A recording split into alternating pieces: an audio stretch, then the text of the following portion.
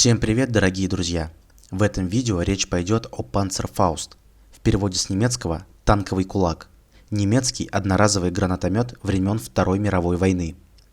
Образ непобедимости танков по сравнению с пехотой стал постоянно таять, а с появлением противотанкового реактивного оружия и окончательно прекратил существование.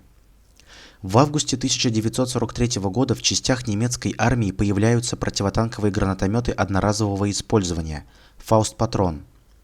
«Фауст-патрон» — это безоткатное оружие, стреляющее реактивной гранатой с кумулятивной боевой частью. Было разработано конструкторами лейпцигской компании Hugo Schneider.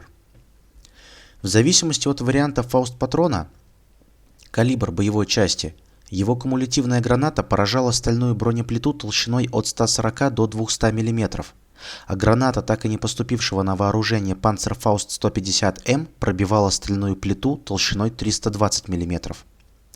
Разработка началась в 1942 году над увеличенными образцами Фауст-патрона. В результате него был разработан Panzerfaust, представляющий собой стальную трубу диаметром 5 см и длиной 1 метр. Внутри трубы помещался заряд дымного охотничьего пороха в картонном картузе. В первых версиях Panzerfaust'а пороховой картуз закладывался в трубу солдатам перед выстрелом.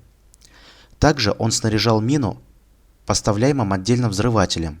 Впереди располагалась боевая часть диаметром 15 см, массой до 3 кг, содержащая 800 грамм взрывчатого вещества. Стабильность траектории полета мины обеспечивалась гибкими стабилизаторами из 4 перьев пружинистой стали.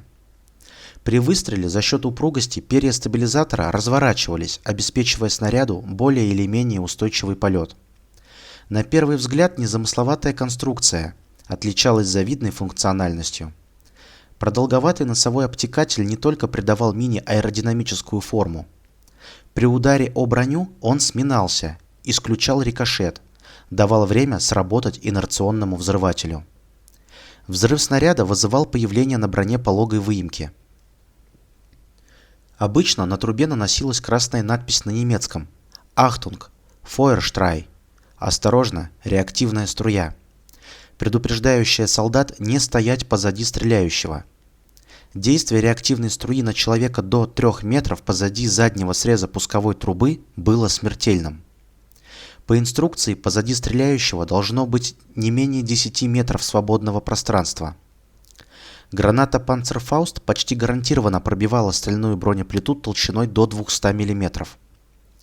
В городских условиях ведения боя небольшая дистанция позволила использовать оружие с высокой, хотя впоследствии сильно преувеличенной эффективностью, что было особенно заметно в битве за Берлин. Простота оружия позволяла создавать его в условиях осажденного города и немедленно передавать его обороняющимся с низкой квалификацией. Panzerfaust использовали советской армией, а также промышленностью СССР при разработке первого отечественного гранатомета РПГ-2. Самым первым вариантом оружия стал Panzerfaust 30. Индекс 30 в обозначении оружия относится к номинальной эффективной дальности стрельбы в метрах. Panzerfaust 60.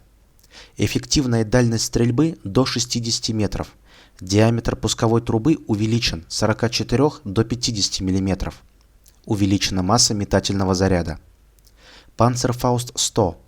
Это последняя модификация оружия, поступившая в войска с ноября 1944 года.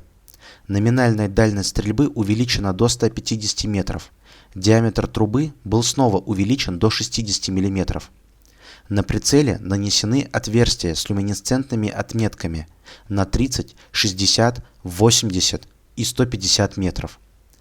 На протяжении своего использования Panzerfaust являлся эффективным средством для борьбы с бронетехникой. Если вам понравилось это видео, поставьте лайк и подпишитесь на мой канал, чтобы не пропустить нового.